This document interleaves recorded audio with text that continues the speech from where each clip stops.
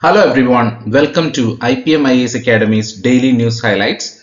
Today is 18 September 2024.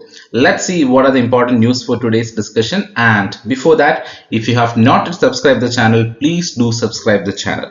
Roadmap in place for Manipur. Both sides should talk, says Shah.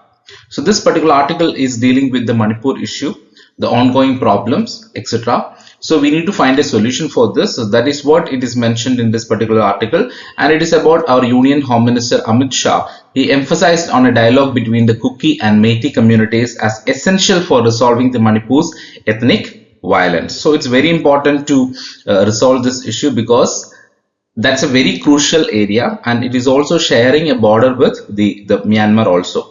So border security with Myanmar is being strengthened with 30 kilometers of fencing completed and plans approved to secure the entire border. Free movement regime with Myanmar has been scrapped to prevent infiltration and address security concerns. So as this particular state is actually sharing border with another country, that is also our security concern. On the other hand, you can see that if there is something happening inside the country, in any part of the country, you can see that that will affect the stability of the country itself. So now the instability in the Manipur region is definitely affecting the Indian politics and the Indian stability. So that is why we need to emphasize on actually resolving this problem. So what can we do about it? That is, we need to understand. Based on this particular article, you need to have an idea about what is this Manipur issue and what is the conflict that is going on between Kuki and Meitei communities, and what are the possible solutions for this problem, and the location of this problem is also really important.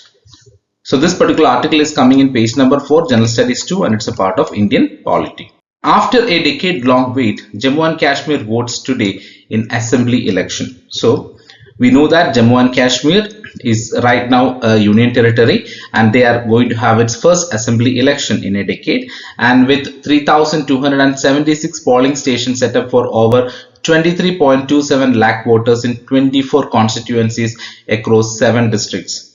And the security has been tightened, especially in militancy affected areas like Doda and Kishtwar. So this news is very important. Why? Because based on our democratic process, election is really important in our country, and that election is actually happening in the Jammu and Kashmir. So after the abrogation of Article 370, the election is going to happen there. So this information is really crucial for us, and we need to have an idea about how many constituencies are there in this particular region, and also you need to have an idea about the location of this region. Really important, the location, because always Jammu and Kashmir is a strategic location for us. So why do we have a problem with Pakistan? It is mainly related with this Kashmir issue. So Kashmir is really important for us, and you need to have an understanding about it. So this particular article is coming in page number 5, General Studies 2, and it's a part of Indian polity. No progress in resolution of Demchok and Dapsang friction points in 2 years.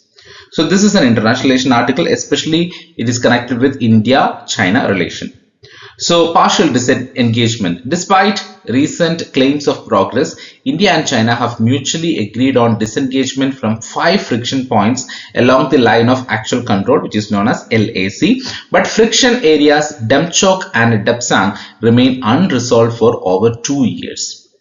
So there are initiatives going on to resolve this issue, but we can see that this crucial areas, that is Demchok and Dapsang, which remain unresolved.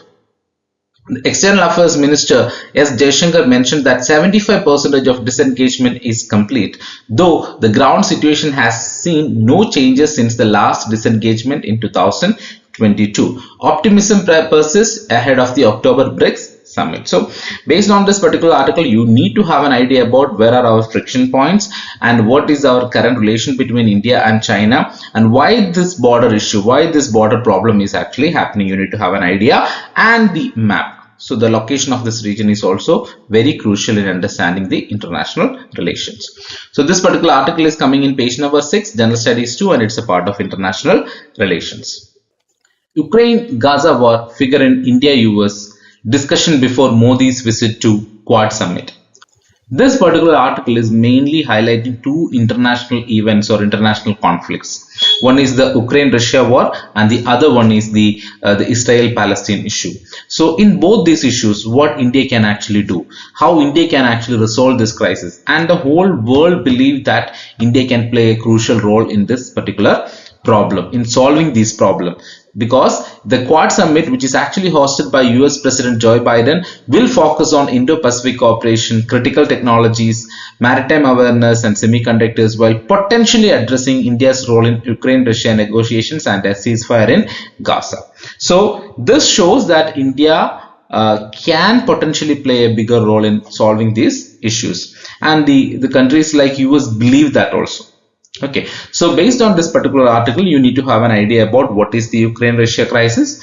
It's actually going on for more than 1 year, and then the Palestine-Israel crisis, that is also going on for years. You have to have an idea about it and what India can actually do in this particular issue. That is another important thing. And then they also mention about Quad Summit here. So what is Quad Summit? What are the countries which are actually involved in this Quad Summit, and what are the objective of Quad?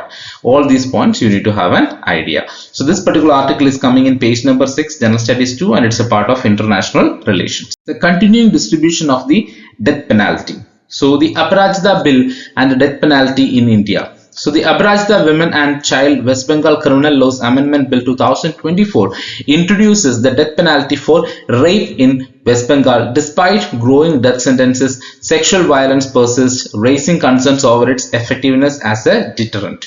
So here this article is addressing the death penalty issues, and it is also highlighting the bill which is actually focusing on the crimes against women, that is the Aparajita Women and Child West Bengal Criminal Laws Amendment Bill 2024, and it says that death penalty is needed for the rape.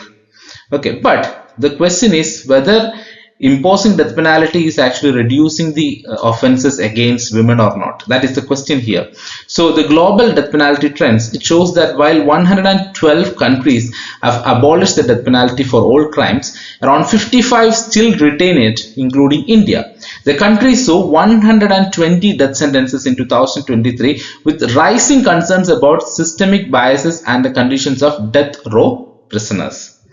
So in this aspect, you can also see the influence of the public. The public outrage over sexual violence often leads to demands for capital punishment, reflecting India's cultural narratives. However, the death penalty's effectiveness in deterring such crimes remains questionable, with calls for more holistic societal reform. So whether we are imposing death penalty or not, that is not the question here. Actually, why we are imposing death penalty?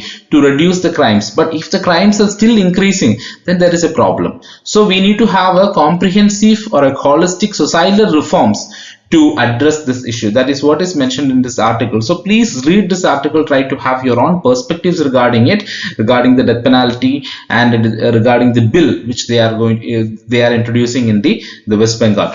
So this particular article is coming in page number 8, General Studies 2 and Indian Polity. So these are some of the important articles for today's discussion, and apart from this, there are many other articles which are actually highlighted in today's newspaper. So please do go through all those news, especially which are coming in the international relations page. Go through those articles and try to have your own perspectives regarding that.